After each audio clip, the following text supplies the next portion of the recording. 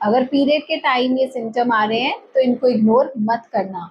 Period में mild cramp या moderate bleeding normal हो सकता है, लेकिन कुछ सिम्टम क्लियरली वार्निंग साइंस होते हैं। अगर आपको इतनी हैवी ब्लीडिंग होती है कि 1 से 2 घंटे में पैड चेंज करना पड़े, जो ब्लड आ रहा है उसमें बड़े बड़े क्लॉट्स आए, बहुत ज़्यादा डिजीनेस हो, हैवीनेस हो, ब्रेथलेसनेस हो, तो ये नॉर्मल नहीं है। ये एक्सेसिव ब्लड लॉस का साइन हो सकता है, जिसकी वजह से हीमोग्लोबिन लेवल भी ड्रॉप हो सकते हैं। इसके अलावा ये fibroids, endometriosis, hormonal imbalance, PCOD का भी इंडिकेशन हो सकता है।